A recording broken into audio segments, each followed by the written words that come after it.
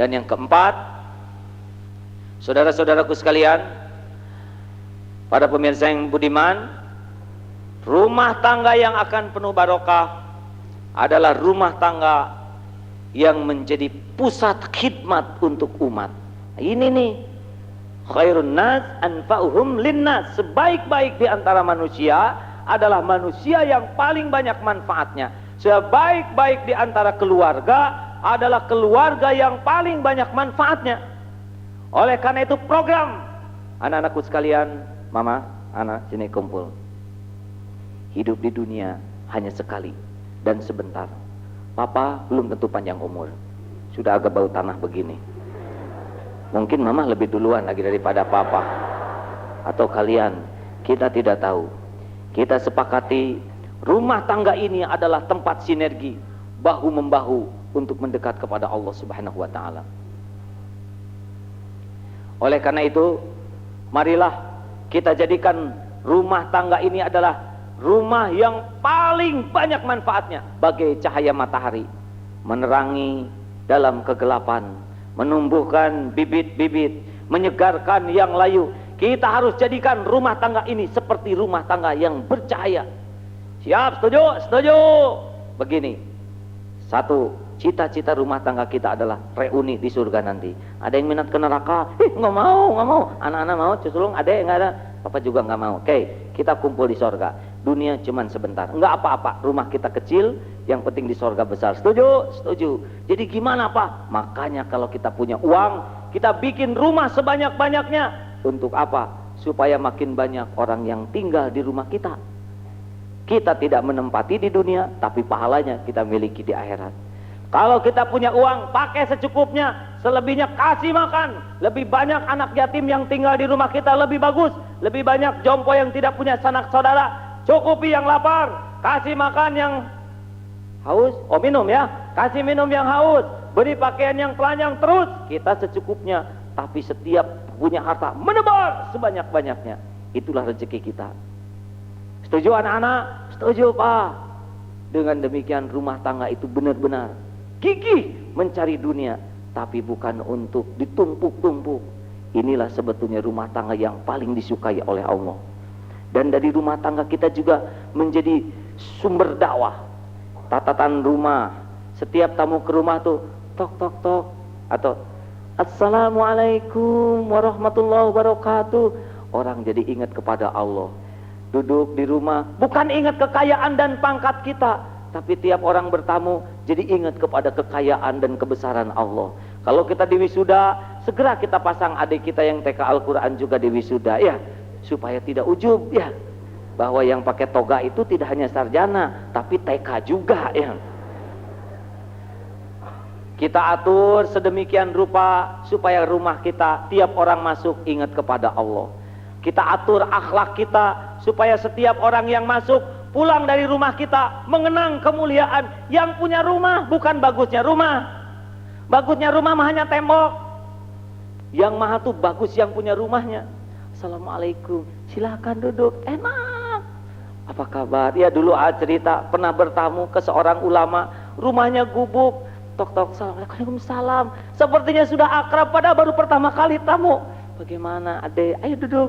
Beliau ambil air minum langsung oleh tangannya sendiri.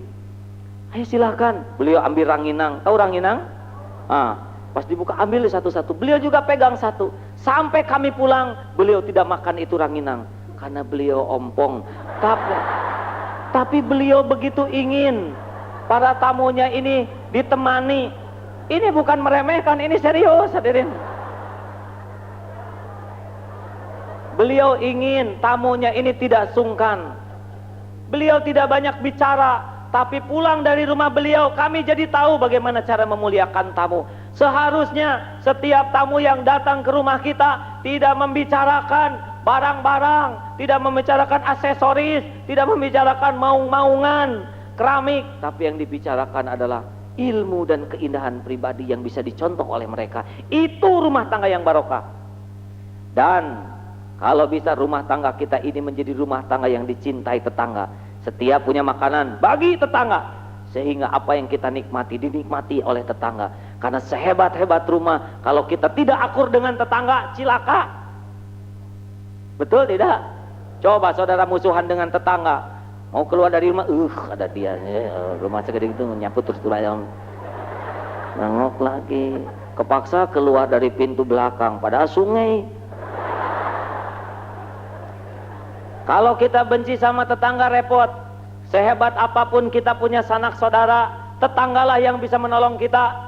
Kalau tidak salah tahun lalu sudah pernah kita ceritakan, wah saya punya saudara jenderal. Saudara jenderal datang maling, yang duluan ngejar siapa? Tetangga.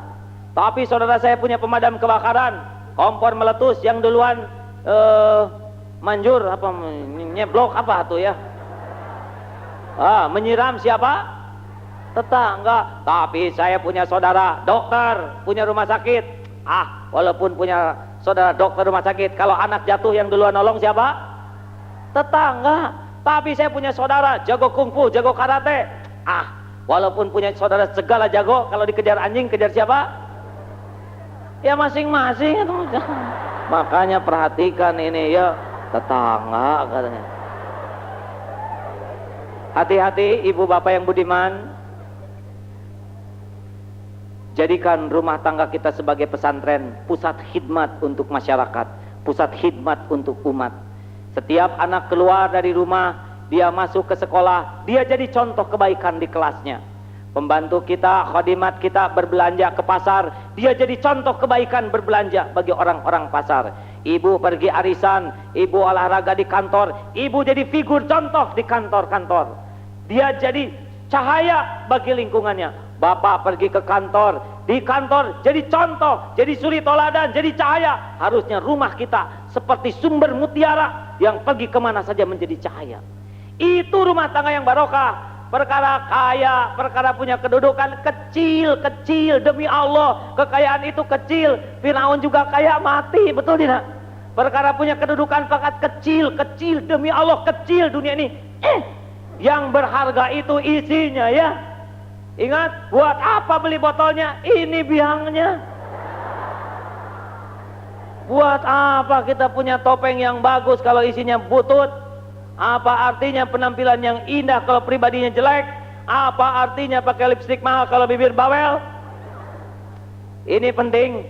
Rupanya kalau rumah tangga orientasinya bagaimana rumah tangga ini produktif manfaat, insya Allah tidak pernah tertukar. فَمَنْ يَعْمَلْ مِثْقَالَ ذَرَةٍ خَيْرًا يَرَهُ وَمَنْ يَعْمَلْ مِثْقَالَ ذَرَةٍ شَرًّا يَرَهُ. Sekecil apapun yang kita lakukan tidak akan meleset, balasannya pasti kembali kepada kita sendiri.